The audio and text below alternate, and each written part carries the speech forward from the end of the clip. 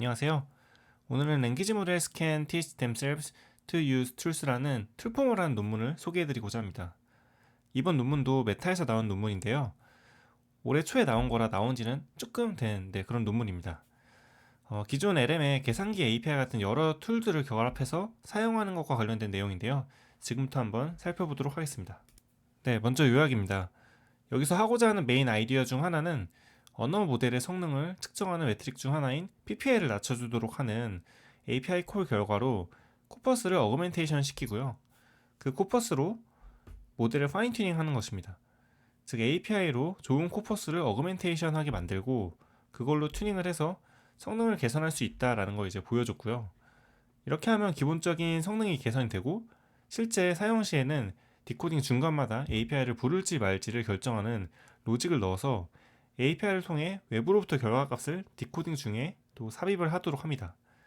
어그멘테이션 데이터의 경우 LLM의 인컨텍스트 러닝에 의존해서 범용성은 있지만 LLM 자체의 어떤 성능이 좋아야 하겠고요. 여기서 사용하는 API는 크게 5가지 종류로 되어 있고 앞으로 어떤 API까지 적용 가능할지는 좀 더 상상을 해볼 수 있을 것 같습니다. API로 어그멘테이션한 문서를 기존 문서에 병합하는 과정이 좀 로직이 필요한데 이 부분이 좀 추가로 공수가 필요할 수 있을 것 같습니다. 네, 앱스트랙트부터 다시 한번 보겠습니다. 네, LLM이 여러 태스크를 잘하긴 하지만 역설적이게도 간단한 연산을 못할 때가 이제 많다는 거고요. 외부 API를 여기서는 이제 툴이라고 표현을 하는데요.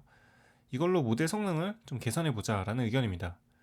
제안하는 이제 툴포머는 언제 API를 호출할지, 어떤 종류로 호출할지를, 어떤 아규먼트를 넣을지를 결정해서 퓨처 토큰 프리딕션을 개선하고자 합니다.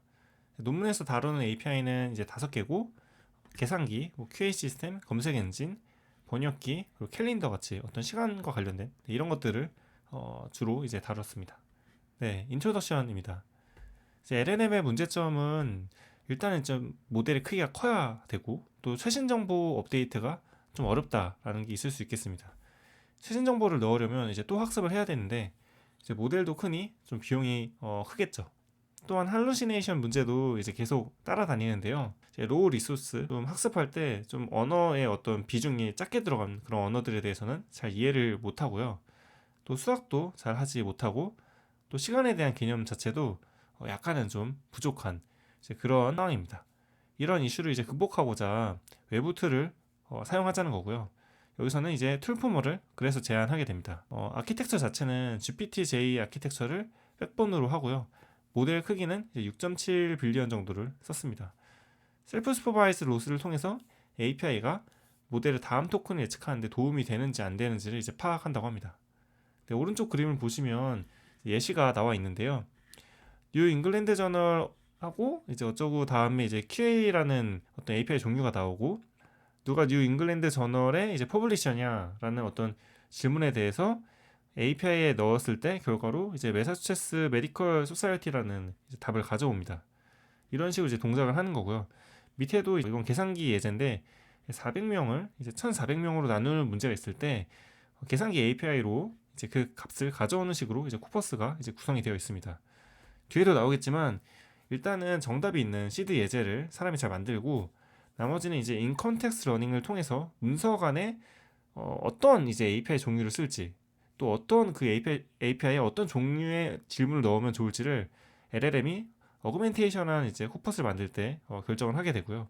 그걸 이제 학습에 파인 튜닝해서 어그멘테이션 이런 LM 데이터셋으로 이제 학습에 사용하게 됩니다. 인퍼런스 할 때는 이런 포맷의 스트링이 생성이 되면은 API를 콜하는 거구나라고 알고 이제 실제 디코딩 시에 이제 콜을 하는 것 같고요. 네, 어프로치 부분입니다. LM 데이터를 만드는 부분에 대한 것인데요. 전체적인 이제 프로세스를 한번 이제 보여주게 됩니다.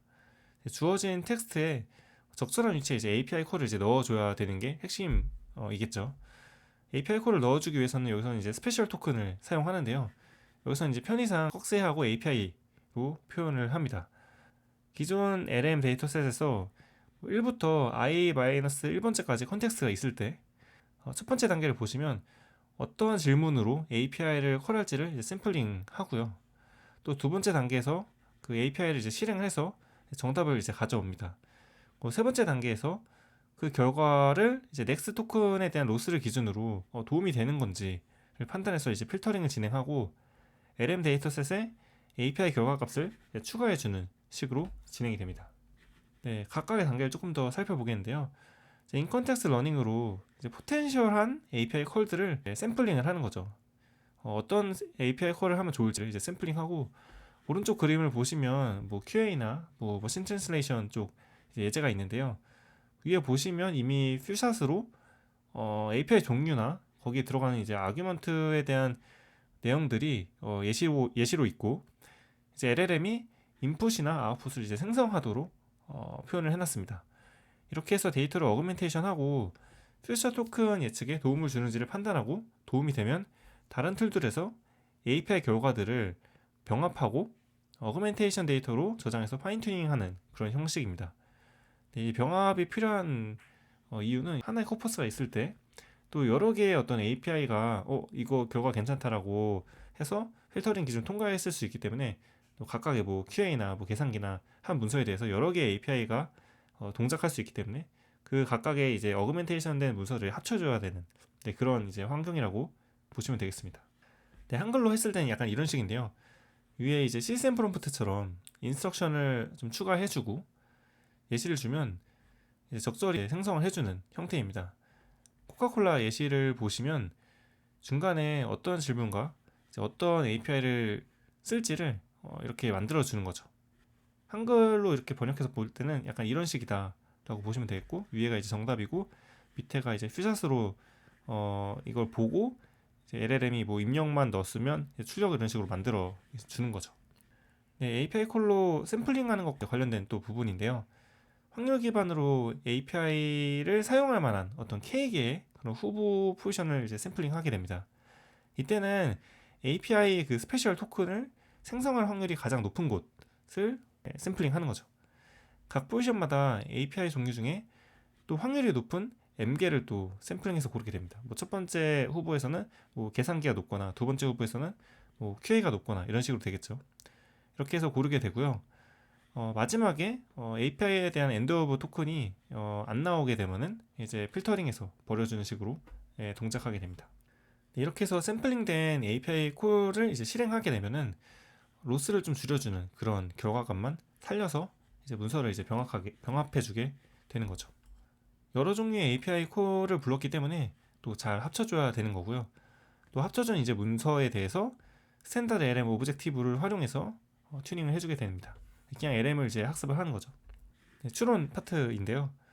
디코딩을 쭉 진행하다가 모델이 기존 API 콜처럼 그 기존 API 콜 포맷처럼 쭉 생성을 하겠죠. 왜냐면 그런 형태로 이제 문서를 만들었으니까.